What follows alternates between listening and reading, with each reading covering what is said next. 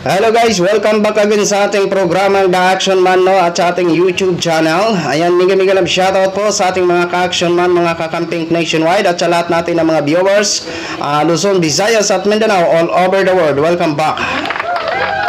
Okay, so ito po mga ka-action, no, bigyan lang po natin ito ng kunting komentaryo. Ang napabalita na di umano na itong nakakulong na si Alice Go or Go Waping ay tatakbo muli. Oh, ano to? Pakapalan na lang ng mukha? Ha? So, ito po, may reaction po dito si Senadora Riza Hontiveros regarding sa balitang ito na posibleng tumakbo muli o maghain ng COC. Ito si Alice Go. Mukhang nanggigigil dito si Senadora sa kanyang reaction. Okay? So, ito po, basahin po natin ang reaction ni Senadora Riza. Ayan po, nakapost po ito sa kanyang page na Senator Riza Hontiveros. Ayan po mga ka-action, ang balita. Okay? So, babasahin po natin ang reaction ni Senadora Riza. Mukha wala pa ring tigil ang panluloko ni Alice Go sa taong bayan kahit na nasa loob na siya ng kulungan. Go Waping will be committing an act of material misrepresentation if she fills out her certificate of candidacy and falsely declares herself to be a Filipino citizen. The COC is an important document, executive under oath. Kung magpupumilit si Go Waping sa kanyang kasinungalingan, dadagdagan pa ang perjury sa lintaya ng mga krimen na kanyang kinasasangkutan. So, yan po ang naging mga ka-action, ang naging reaction ni Senadora Riza Hontiveros. So, alam naman po natin kung gaano kaseryoso si Senadora o ang kanyang committee para malaman o makakuha ng sagot ng katotohanan dito sa na-dismiss na mayor na si Go Waping or Alice Go. Ngayon, siyempre, para bang lukuhan? Di ba, ang Comelec ay may batas din po sa atin, di ba? Alam ko yan eh. Na kapag sa bagay, hindi pa naman siya convicted. Ito si Alice Go, hindi pa naman siya convicted. Pero dapat sana, kung para sa akin lang itong mga ka-action na, dapat sana sa Comelec, yung may mga ganitong issue o mga aligasyon, no?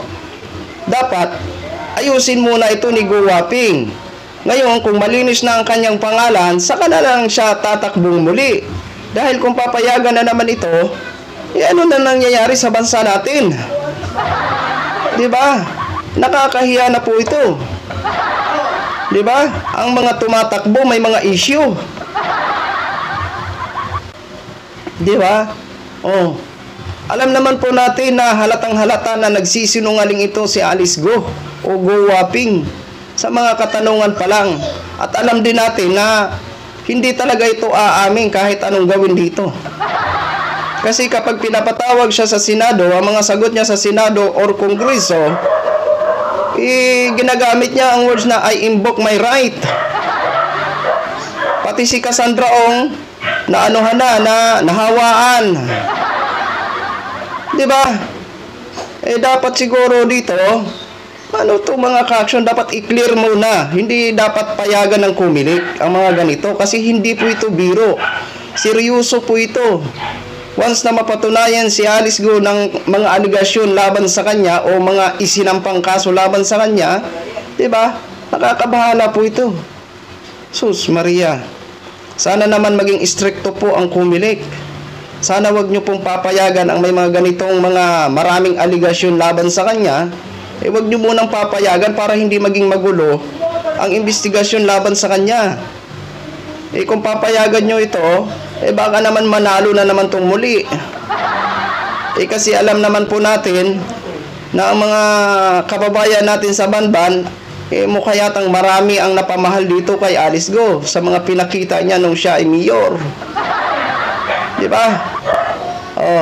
At natural lang po ito ang nararamdaman ni Senadora Riza na tila nanggigigil kasi nakakainsulto at nakakaloko. Diba? Nasa loob ka ng kulungan, hindi pa tapos ang mga pagliliti sa iyo, ang mga katanungan sa iyo, tatakbo ka. Di ba? Para bang minamaliit nyo na talaga ang Pilipino, alis go. Di ba? O, kayo mga ka-action, anong opinion nyo dito? Papayag ba kayo na kahit hindi pa nalinis ang kanyang pangalan, papayag ba kayo na tatakbo siya bilang isang mayor o anong klaseng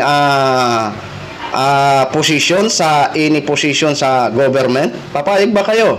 Ako, para sa akin mga ka-action, ako tutulpo ako dyan eh. Dapat linisin muna ang mga gusot dito kay Alice Go kung anong kinasasangkutan niya. Yun lang po. Kung ano man ang maging comment nyo, don't forget to comment sa comment section natin nang malaman natin kung ano ang mga komento nyo dito. Okay? So maraming salamat po sa ating mga viewers Luzon, Visayas at Mindanao all over the world. Ako po ang inyong likod, si The Action Man. Have a good day, everyone. Beautiful.